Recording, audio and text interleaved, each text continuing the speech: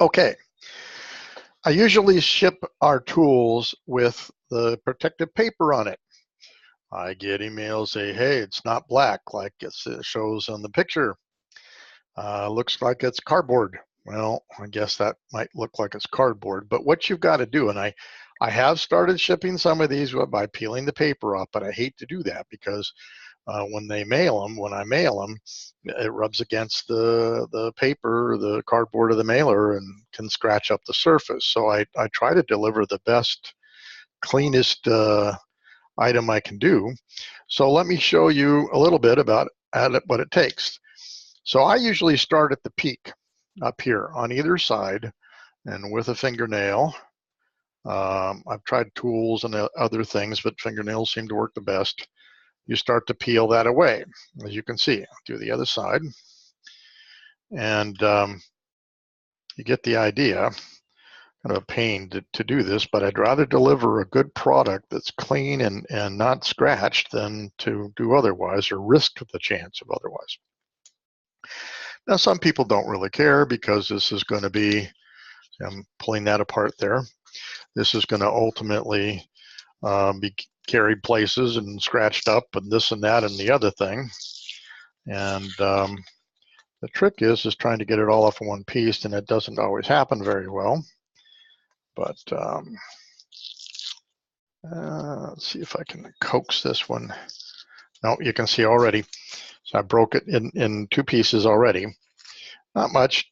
And if you use your fingernail, you're not going to scratch the surface of the tool. Like I say, most people don't care. Some people like to have a pristine tool, be it for a gift or what have you. And let me so we peel this off and start to see how that works. Okay. And depending upon how aggressively these things get stuck on there from time to time. Now, what happens is they start out manufacturing these with a whole sheet, 4x8 sheet of plastic or 4x4 sheet of plastic. And of course, these sheets are all protected with this stuff. So after they cut the tools, they all come out with pieces of this on, which usually isn't a bad thing, obviously. You'd like to get a whole stack of these things with the protective cover still intact as opposed to scratched up, which you can't sell. But there you go. There's one half, and I will take care of the other half right now.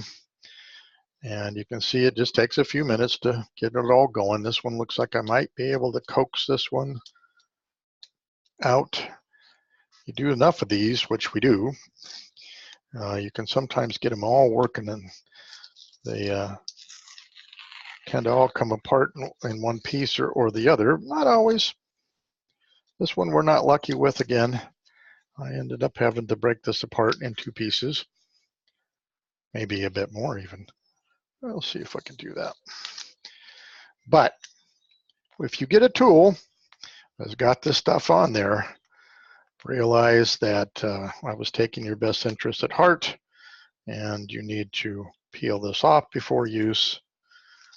Typically, doesn't much matter. You could keep it on if you wanted to. Wouldn't hurt anything. So you can kind of see that there's half, and